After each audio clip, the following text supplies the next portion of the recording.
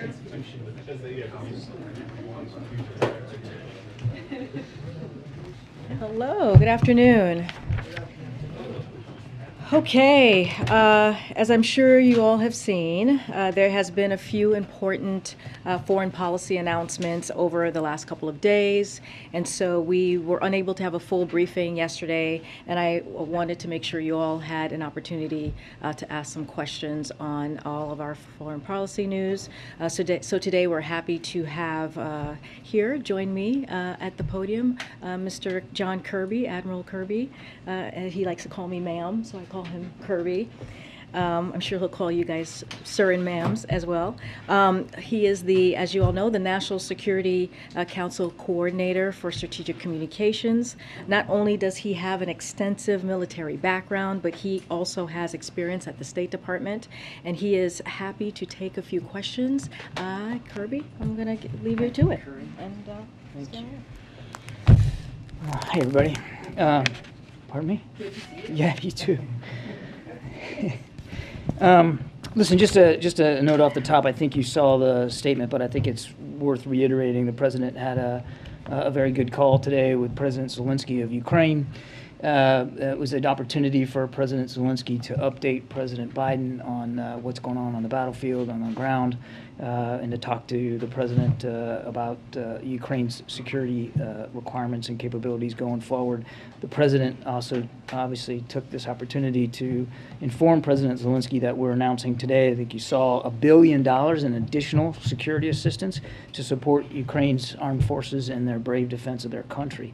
Now, that includes a drawdown of security assistance valued up to $350 million. That's where the Department of Defense pulls from their stocks, as well as $650 million in equipment that's provided through the Ukraine Security Assistance Initiative funds. That's where the Pentagon will go out and procure material according in that amount to then just provide directly to Ukraine. So there are two different buckets of that $1 billion. Now, this is the 12th time that President Biden has authorized presidential drawdowns to help Ukraine defend its democracy, and that brings the total amount of security assistance that we provided to Ukraine to approximately $5.6 billion just since Russia launched its assault in late February, and then approximately $6.3 billion since the beginning of the Biden-Harris administration. The president also informed President Zelensky that the United States is going to send an additional $225 million in life-saving humanitarian assistance to help people inside Ukraine obtain safe drinking water, critical medical supplies, healthcare, food, shelter, and all kinds of other essential items. I think you all realize the scope of the numbers of internally displaced people just inside Ukraine, let alone the millions that have had to leave Ukraine. So since February 24th, the United States has now then provided more than $914 million in humanitarian assistance to address the needs of people in Ukraine and for those who have had to flee. So that's almost $1 billion just in humanitarian assistance. All and with that, I'm ready. Okay, we have a question. Thank you, sir. You bet. And my question is more about the temperature in Europe surrounding as you guys are continuing to crank up aid. But today, President Macron said that at some point Ukraine's president will have to negotiate with Russia.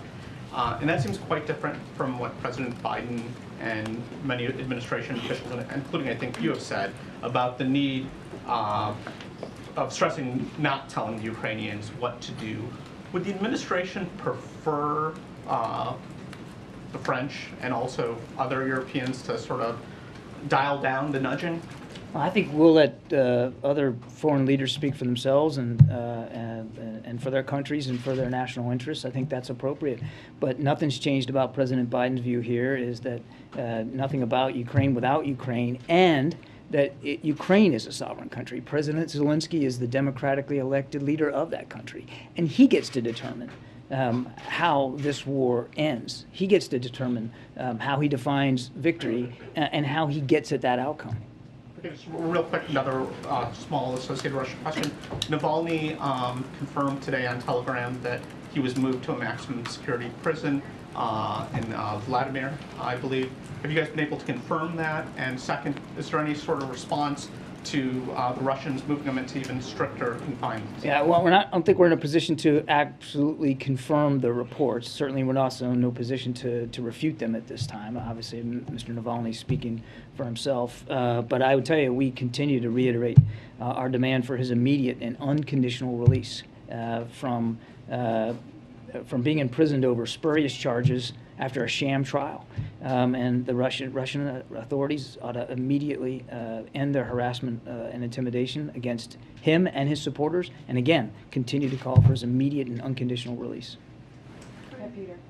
I have a question about U.S. national security. How is it that you guys have determined that it's in the U.S. national security interest to ask Saudi Arabia to drill more oil instead of just letting oil companies drill more here in the U.S.? Well, I think you know, Peter, there's some 9,000 unused drilling permits here in the United States as well.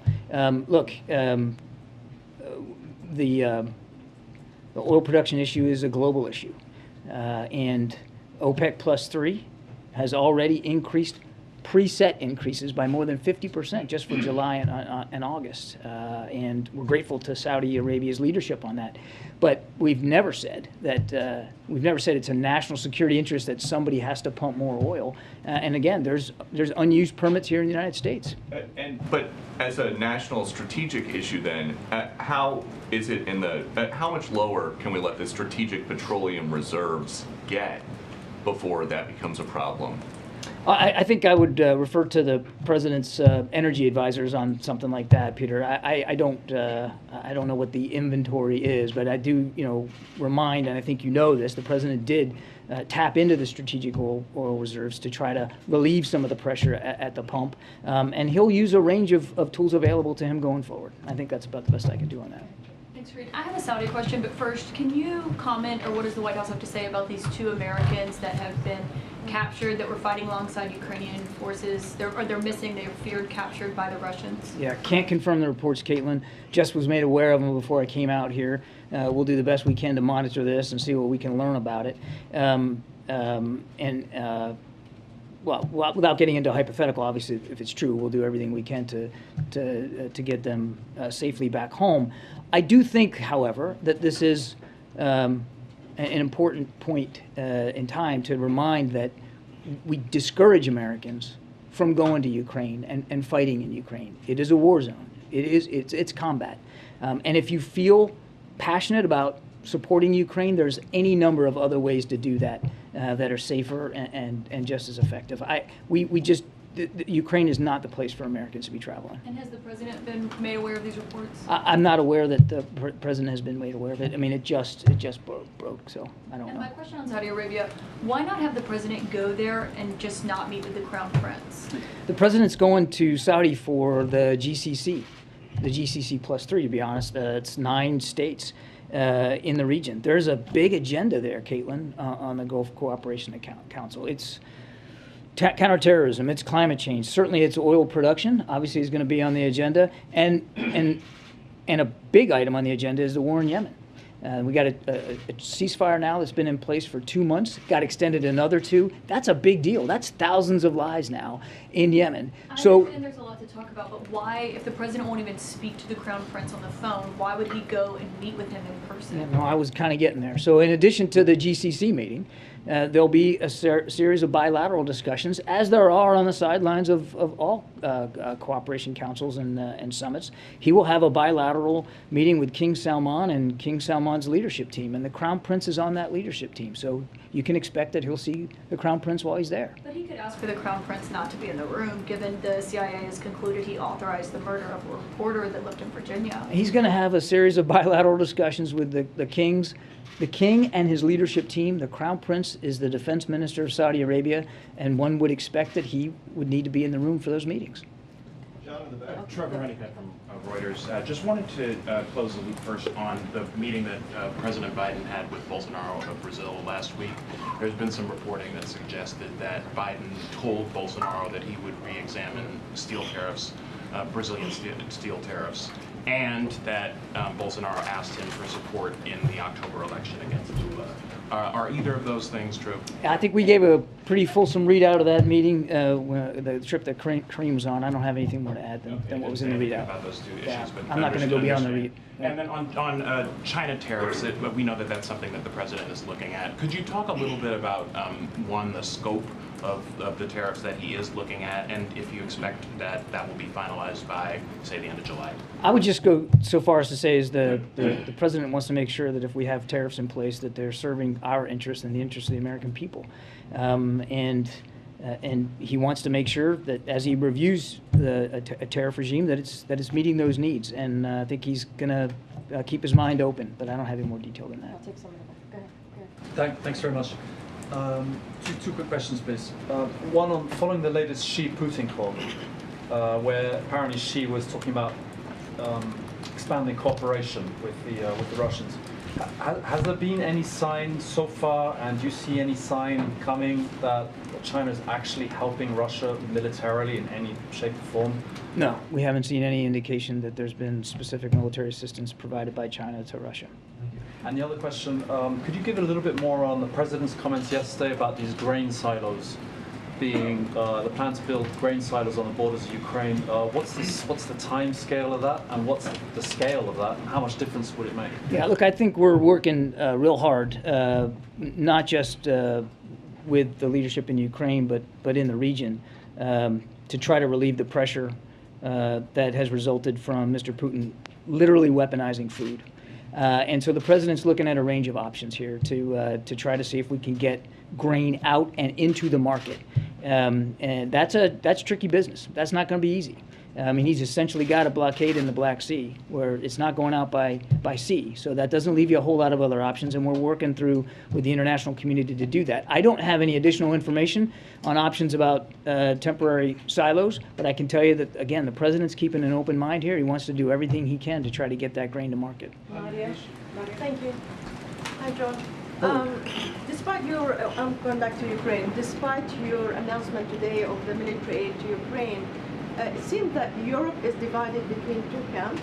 We call it the peace camp, led by France and Germany, Italy, and the justice camp, led by Poland and others, which is basically some want Ukraine to negotiate and others want them to continue fighting.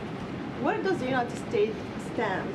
And the fact that you keep supplying them with weapons, does that mean that you are with Poland and the Baltic states and others? The president's on the side of the people of Ukraine. And he wants to make sure that we're doing everything we can to help Ukraine's armed forces succeed on the battlefield, and to give them, if and when this gets to a negotiation, that they have the leverage and the position they need in that. But ultimately, Nadia, that's going to be up to Mr. Zelensky to determine. He is the democratically elected leader of a sovereign state, and their sovereignty is what's at risk right now. And he wants to make sure that that sovereignty is preserved, that they get to decide what that looks like. I want to ask about sort of ongoing question of an investigation around the death of Shireen Abu Akleh, the Al Jazeera journalist and U.S. citizen. Yeah. I know that Secretary of State Antony Blinken said last week that he would look for an independent investigation, and I was wondering if you all could explain what type of investigation this administration wants. I know a number of news outlets, Washington Post, CNN, AP have come out for investigations, and then also we've seen Mitt Romney and I believe it was John Ossoff write a letter to the administration calling for an investigation. So what type of investigation would you want? What does an independent investigation mean? Well, what we want is obviously for this to be fully investigated, and if there needs to be accountability had at the end of that investigation. We've called for thorough, complete, transparent investigations into her death, and we're going to be watching this very, very closely. I don't have any additional details on what an independent investigation would look like. I just don't have that for you today. But I don't want you to walk away thinking that we don't want this fully investigated, and for that investigation to be thorough and transparent. Is it something the president intends to discuss on his trip? I mean, he is going to 2 countries, as Caitlin mentioned, where journalists have recently been killed, and there has been a lot of public outcry. And I know you all talk a lot here about press freedoms, and I'm sure we all appreciate it, but I'm just curious how that's going to come up, both in Israel and Saudi Arabia. It means a lot to President Biden, press freedom. And I won't get ahead of the president's specific discussions on this trip. I can just tell you that his foreign policy is really rooted in values, values like freedom of the press, values like human rights, civil rights, and he's not going to be bashful about raising those issues with any foreign leader anywhere in the world. Okay, last two, Justin, and then Ed. Thanks. I want to ask you about Turkish President Erdogan today said that his concerns about Sweden and Finland joining NATO have not been assuaged. So how much less optimistic are you now that accession talks might begin before this month's summit in Madrid? And does the U.S. plan to get more directly involved to try and resolve that dispute? We're still optimistic that that these issues will be able to be worked out and that Finland and Sweden will be able to join NATO. Now, I couldn't give you a date certain here and a time, but I think we're still optimistic that they'll be able to work this out. And we know that both countries are working directly with Turkey to try to address those concerns. And I think we think at this point it's better left to them as sovereign nations to do that. All right, Ed, last question. To on Ukraine, and welcome to the room. And going back first to, you talked about food and how it's being weaponized by Putin in Ukraine, and that there are U.S. officials starting to discuss how to get grain and whatnot out of Ukraine and to the areas of the world that need it. Big area of the world that needs it also happens to be countries that will be at that conference in Saudi Arabia and OPEC producing countries. Yeah. Can you say any more about what's being considered or what's being done potentially to get that out, and whether or to what extent that agreement stretches regionally beyond the Ukraine and the United States being concerned about it? What I can say is that we're working very hard inside the international community here to try to find solutions. And, you know, you've heard us talk about this quite some time, and I talked about it even from my previous perch at the Pentagon. It's difficult to do when you're talking about a country that's at war. I mean, and we've already seen the ability of the Russians to strike long-range targets all the way to the west of in the country. So this has to be, everybody understands the sense of urgency here and the importance of it. But there also has to be some very careful thought put into how you're going to do this. And you're going to have international cooperation and support to do it, particularly if you're looking at ground routes. So while I don't have a specific plan to brief you today or a set of options here, I can assure you that, again, the President's keeping an open mind. He's working directly with his interlocutors around the world to try to find ways to get this grain to market. We all understand how important it is. We're all mindful of the sense of urgency here, not just from an economic perspective, but from a humanitarian perspective. I mean, this is food. This is sustenance for people in their livelihoods. So we're working it really, really hard. Potentially, especially in North Africa and the Middle East. I mean, well, around the world certainly, but in the region and in North Africa. One other, you mentioned all the money that's being distributed and $1 billion more today. Does the White House currently foresee the need for Congress at some point to pass another major multi-billion-dollar aid package? I don't think we're there yet. I mean, we're just now beginning to spend on the $40 billion supplemental that Congress approved, and we're grateful for that, of course. You will see additional packages coming on a fairly routine basis here, and we want to meter it out so that we're in lockstep with the Ukrainians and where they are on the battlefield and what they need in real time. That's why conversations like today with President Zelensky are so important. The contact group that Secretary Austin is hosting right now in Brussels, 50 some odd nations also putting forward other materials for security assistance. But you need to do it because it's a war and it's active combat and it changes from day to day. You kind of need to do it in almost real time. So we're going to meter these out over time so that we're appropriately meeting what Ukraine needs.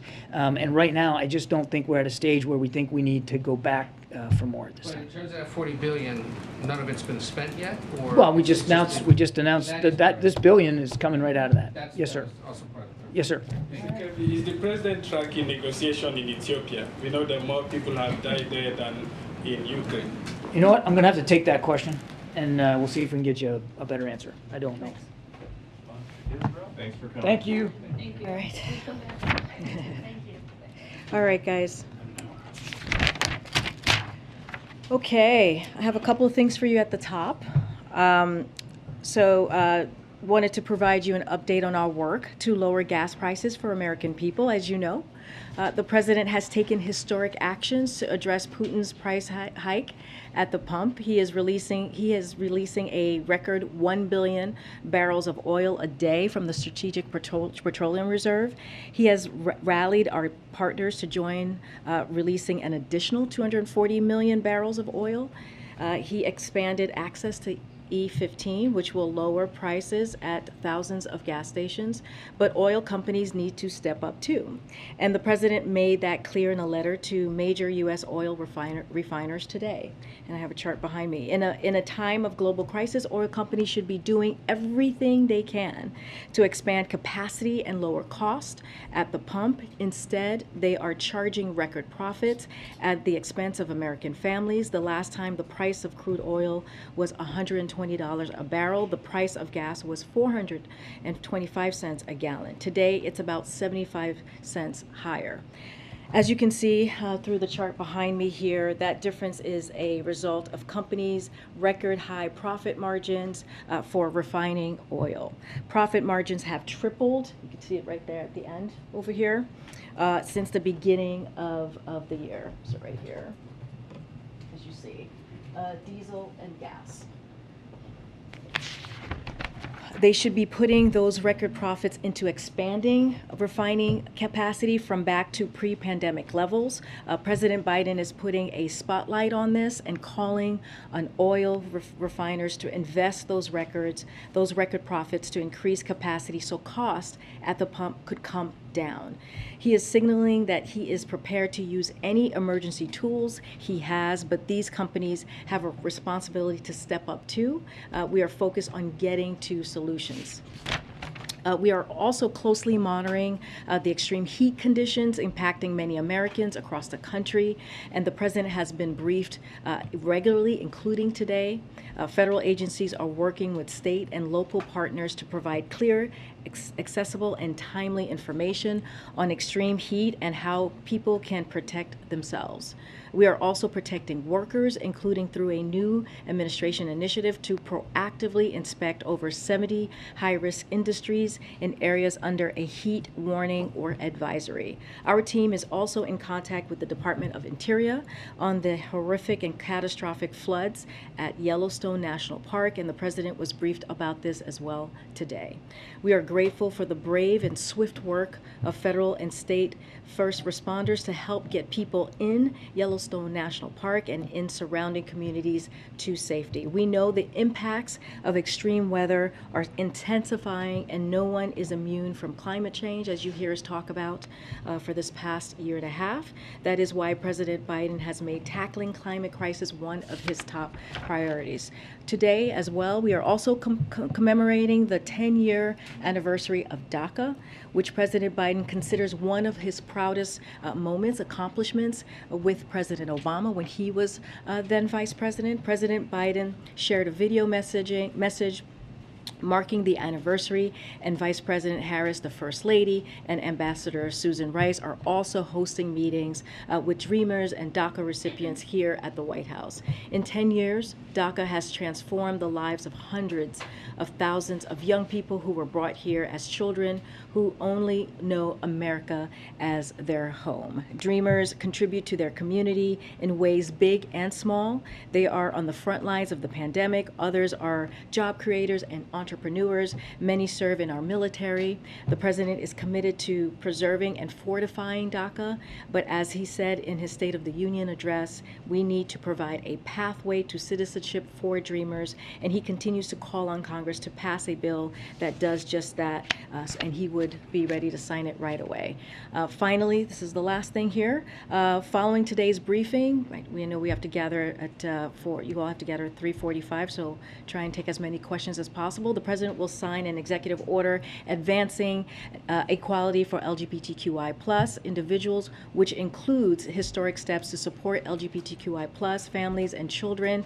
The EO directs federal agencies to address extreme legislative attacks, help put an end to conversion therapy, improve mental health care, and prevent youth suicide, launch a new initiative to protect foster youth, and prevent homelessness, and more. These are historic actions that build on the progress we have made advancing equality for LGBTQI+ Americans and people around the world, but the federal government can and must do more. It's critically by Congress passing the Equality Act. The President will renew his call for Congress to send a bill to his desk. And with that, Amr, you want to take this? Yes. Fed officials expect the unemployment rate will rise to 3.9% next year as they move to lower inflation. Does the White House think slightly higher unemployment is an acceptable trade-off to fix inflation? So, I mean, here's the reality that we're in, and the facts are we brought unemployment down below 4%.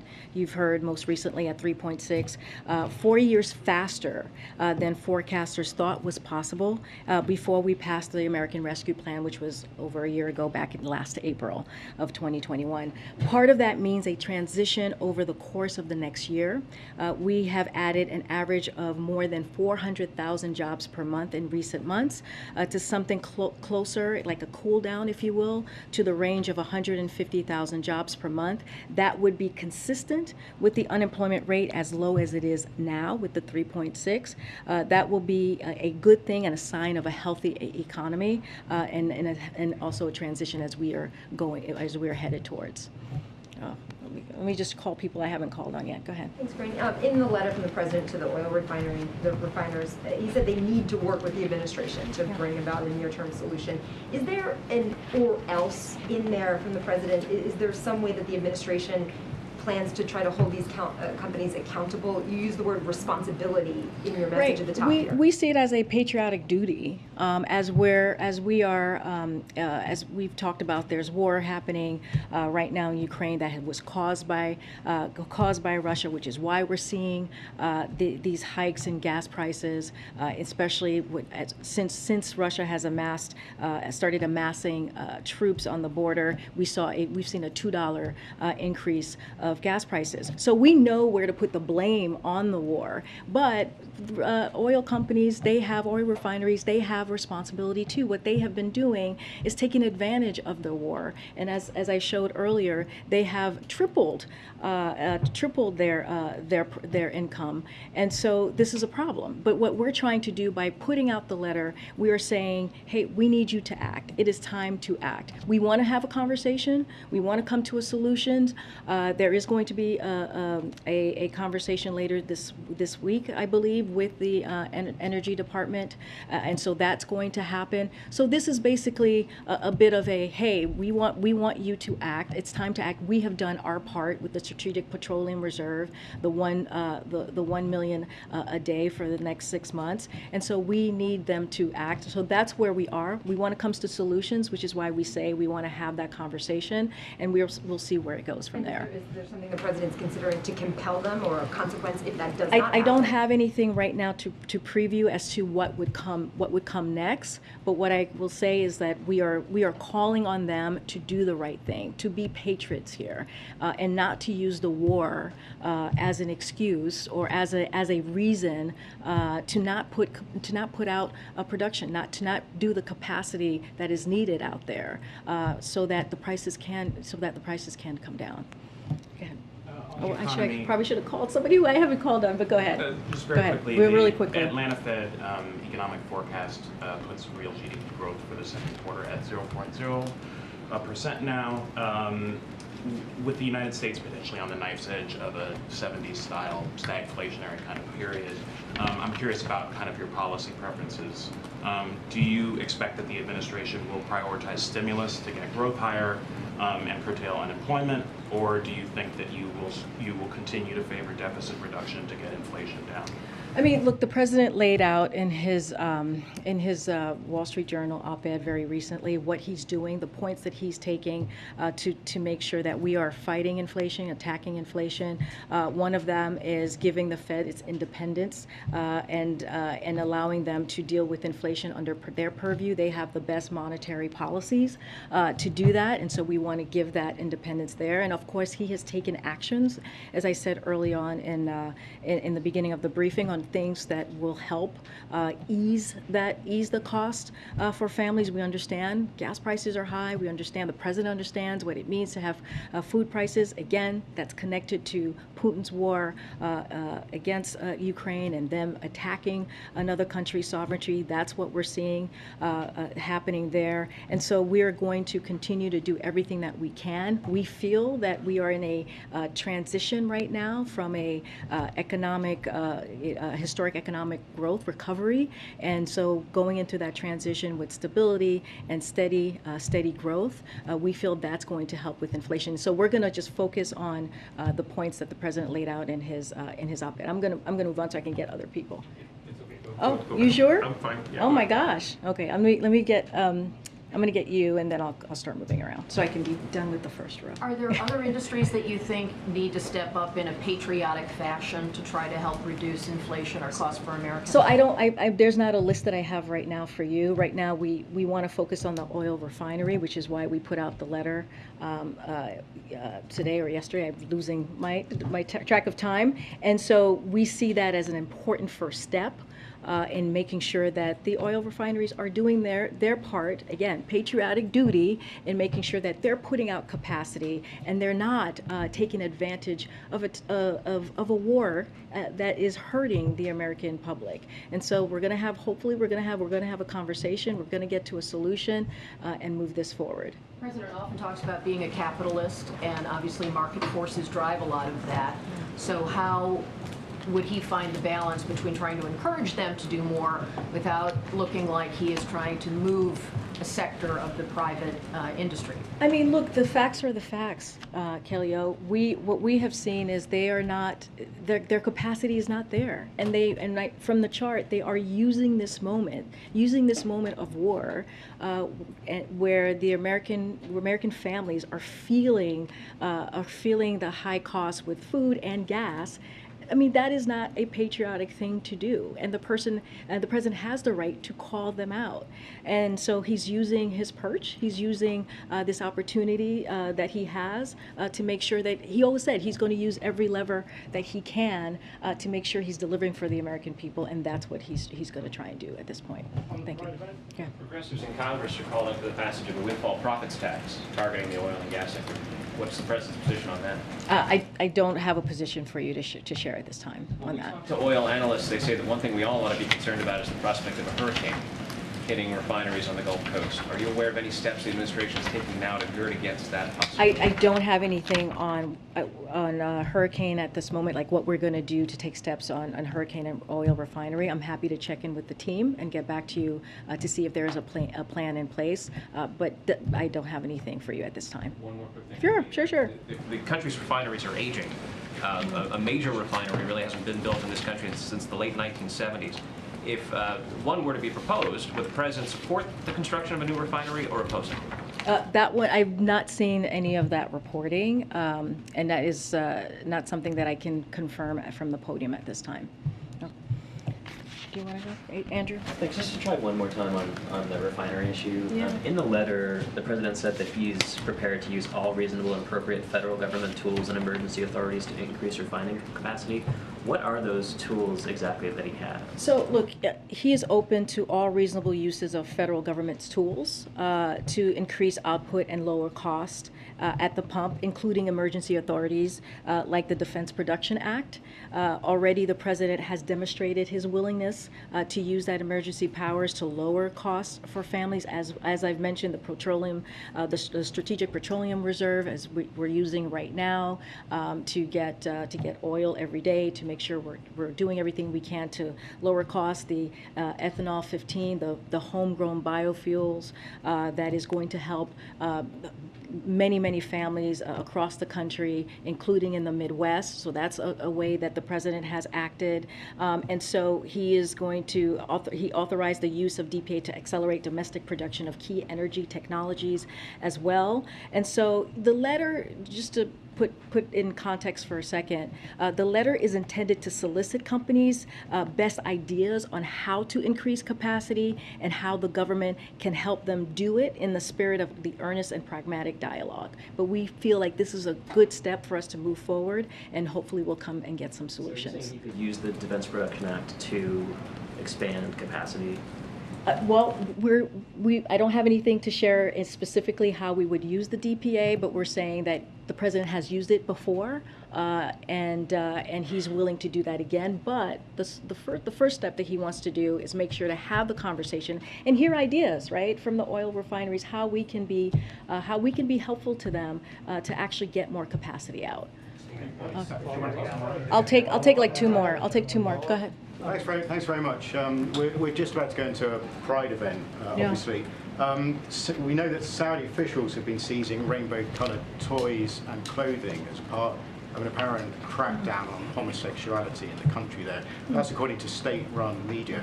I wonder what the White House response is to that, given that the president's about to set up his Pride credentials in the next event. So I have not seen that reporting, but what I can say globally, we work around the globe to protect LGBTQI+ persons from violence and abuse, criminalization, discrimination, and stigma, and empower local LGBTQI+ movements and persons. We do this through bilateral and multilateral channels, raising official concerns with governments, both principal and privately, coordinating our efforts with like-minded countries, and offering emergency assistance to LGBTQI+ persons at risk. Through our foreign assistance programming, we support civil society in providing LGBTQI+ individuals and communities with tools and resources to prevent, mitigate, and recover from violence, discrimination, and stigma. We see human rights as being universal. I'm going to take one last more. Well, I'm going to take one last one. Go ahead, Ben. Go ahead. Jamal Khashoggi's fiance said today she was, quote, very disappointed President Biden plans to meet with Saudi Crown Prince Mohammed bin Salman. She said in a message to the president, quote, if you have to put oil over principles and expediency over values, can you at least ask where is Jamal's body? And quote, what happened to his killers? So will President Biden ask the Crown Prince these questions? You know, first I want to say, you know, just hearing that, it's devastating, right? It is Jamal Khashoggi's widow, and so clearly our hearts go out to her and the pain that she's currently going through. You know, when it comes to human rights, this is not something, the president is a straight shooter. This is not something that he's afraid to talk about. He has those conversations, leader to conversations on a regular basis. I cannot read out right now or lay out what the agenda is going to be or what the conversations are going to be, but I can assure you that when it comes to human rights, this is something that is a priority for this president. I just laid out how, at the end of talking about the LGBTQI+ community, how human rights is universal, and that is very, very true in many ways. And so once we have more to share, we'll share more about what the trip will look like. Okay, I have to go. I gotta go, guys. I gotta go, guys.